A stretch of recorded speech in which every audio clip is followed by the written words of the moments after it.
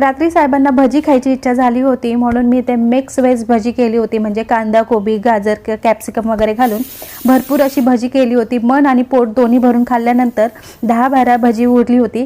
बाहेर ठेवली तर खराब होतील म्हणून फ्रीजमध्ये ठेवून दिली। आता सकाळी ही भजी कोणी खाणार नाही माहिती होतं, म्हणून म्हटलं की आता बोलायलाच नको की भजी खाणार का म्हणून। ही उरलेली भजी मला कशी करून संपवायचीच होती, म्हणून दुपारच्या जेवणासाठी असा बेत केला की यापुढे चिकन मटन सुद्धा फेल वाटलं आहे। 4 चमचे दही घेऊन त्यामध्ये घरातले असतील नसतील ते मसाले टाकले, म्हणजे लाल तिखट, हळद, धने पावडर आणि घरचा मसाला टाकून मिक्स करून ठेवलं। गॅसवर कढई ठेवून त्यामध्येच गरजे इतकं तेल घातलं, जिरं, दालचिनीचा तुकडा, तेजपत्ता घालून चांगलं परतलं। मग यामध्ये बारीक चिरून घेतलेला कांदा घातला। कांदा परतून झाला की आलं लसूणची पेस्ट घालून चांगलं परतून घेतलं। मग टोमॅटो घातला, चवीपुरतं मीठ घालून झाकून ठेवलं। टोमॅटो मऊ झाला की यामध्ये दह्याचा मसाला घातला, थोडंसं पाणी वाढवलं। ग्रेव्हीला चांगली उकळी आली की यामध्ये भजी घातली, फक्त 2 मिनिटं शिजवून यावर कोथिंबीर घातली आणि तयार झालेली आहे आपली चमचमीत रेसिपी।